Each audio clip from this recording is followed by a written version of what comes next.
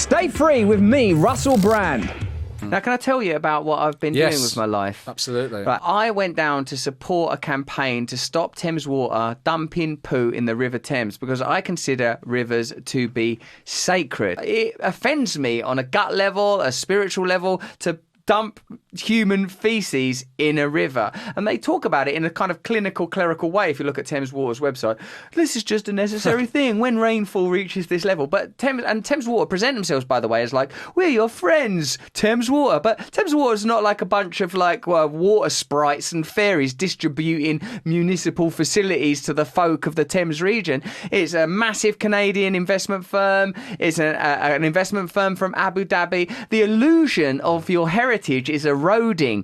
You look around you at the countryside and you think that you own it. You don't own it. It's already been like, whether it's a Russian oligarchy owning territory in London or Arabian enterprises owning water facilities in the UK. It's a preposterous illusion that we're engaging in because, bless us, we don't think straight. We don't think about what's the bureaucratic undergirding of what appears to be our land. I don't think you should be able to call yourself Thames Water, the River Thames, if you are owned by Chinese Investment Corporation and the Kuwait Investment Authority. You should have to change the name of it. We're now Chinese Kuwaiti investment firm, and if that's getting the xenophobia going, we're dumping your shit back in the water and getting you to drink it.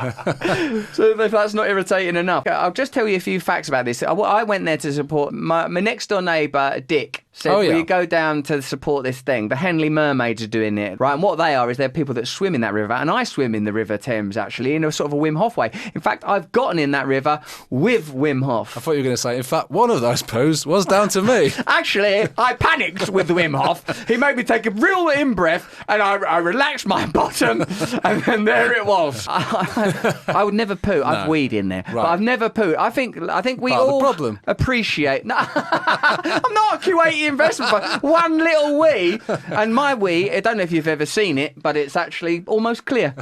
It's lovely stuff. Fair enough. Yeah, I love that river. I go in that river, and when my next door neighbour Dick said, "Will you go down and support this protest?" I met a bunch of people that were able to articulate to me in a way that was really brilliant and inspiring what this protest was about. It ultimately ended up being people in Henley. Now, you might not know this, but Henley is where Boris Johnson, who until recently was the Prime Minister of our country, we like to have a new one every couple of weeks. Till recently, he was the Prime Minister, and he was the MP for Henley for a long, long time. So what I'm telling you is it's a conservative, sort of traditional, sort of right-wing place, although increasingly I think those labels don't mean anything.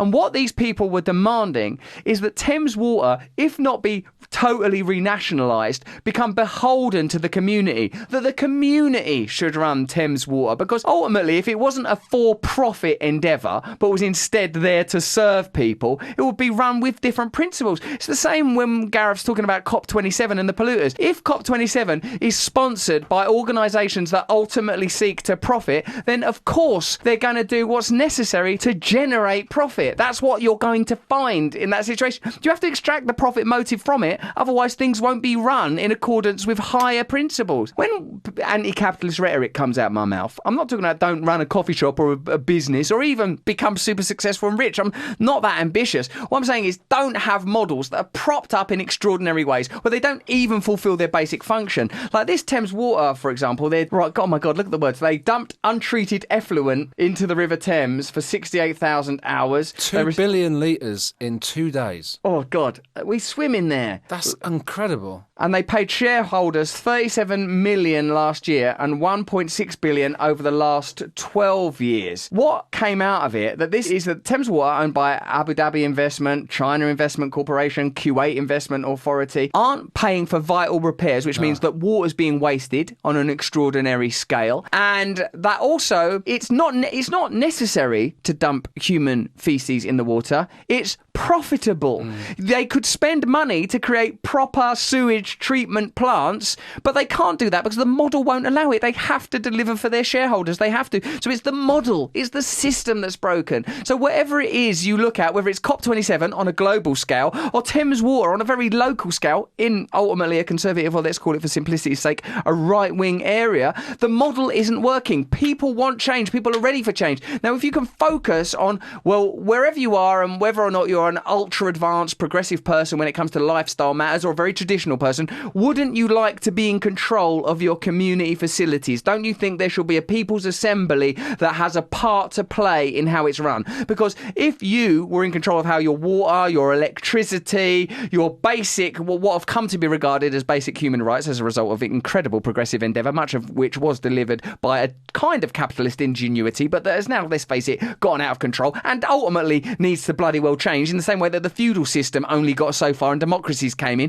Can't you see we're at a new point in human history now where genuinely new ideas are required, where it's not enough to vacillate mildly between left and right and red and blue while delivering the same results, whether it's a local issue like Thames Water dumping human faeces into water, or a global issue like where COP27 are ultimately a greenwash propaganda wing of global corporations sponsored by the very corporations that are most responsible. Real change is required. That's why I want to encourage you to engage in these kind of local actions. That's why later this week we'll be talking to some of the activists from that Thames Water protest so that we can advance and explore genuinely new ideas. So you don't just vote for someone who's going, oh, we're going to do the same thing. Well, we'll write them a letter. You know, like no one's doing anything, and no one is going to. Only you. Okay, it has to become a visceral, personal, spiritual commitment from every individual to change the world. Yeah, maybe this can be a global movement. I mean, with that, going back to that start I said at the start, whereas 80% of streams, canals and creeks and rivers in the United States, 80% contain detectable levels of toxic forever chemicals. There's obviously a problem. It's getting there somehow, and chances are someone's making a good profit out of it. When you discover that you're sort of swimming in human feces so that someone else can make money, or you're having to shut your farm down so someone else can make money, and they're always pretending it's for the same reason that they're helping you in some sort of way, gets on my bloody nerves. Can we have a look at me protesting that day to see if you think anything's funny about it, Gareth, or if I made any mistakes? I can imagine there ever being a solution is if communities were directly involved in the governance of their facilities. Why should Thames Water be extracting profit while pumping in excrement? What kind of model is that? Was it a big enough round of applause? No. No, it wasn't. So. I deserved more, and I expected more. It was tepid. It was as tepid as the water that they stepped out of. I was very disappointed by that round of applause, Gal. Frankly, it weren't worth clambering up on that part. No. I was on the same bill as the mayor. Oh, yeah. She was there in a sort of proper golden mayor necklace. I liked her. I think she's called Michelle. And the vicar, who was called Jeremy, and he was wearing a black cape. Right. A cape? It was a cape, and it was bonded. I bet you can find a photograph of it, like in the Henley Gazette. He was wearing like a Batman's cape. Oh, cool. Windrush, that's the other organisation. Windrush, they were the other people that were like protesting that day. And a geezer from there, I think he was called Ash. He started saying that what it is that it would cost this much money to repair the pipes correctly. This is what should be done. It's owned by all these foreign interests. I was going, does it sound like it should be renationalised? He goes, well, you can't say renationalised in Henley because it sounds like too much of a socialist thing. Although, didn't you say that Joe Biden's even talking about socialism now? Yeah, well, no. Joe Biden's talking about how the Democrats aren't socialists. They're not socialists. Very keen. Like socialism's a dirty word. No one wants Maoism. No one wants Stalinism. No one wants the state to be so powerful that your individual liberty is impeded. But we do need to explore genuine alternatives to this kind of late capitalist corporatist model where the media lie to you, where big pharma profit from you, where big energy lies to you and robs you, and the state don't do anything about it. Something's got to change. The myth is over now, isn't it? That corporate capitalism, in terms of the kind of levels that we're seeing now, is working. Yeah. You know, no one's arguing that anymore. The whole trickle-down economics idea is It's unfolding. not trickling down. The only thing that's trickling down is your own trickling down the river when you're trying to live a nice lifestyle. Watch entire episodes on demand for free at rumble.com/Russell Brand.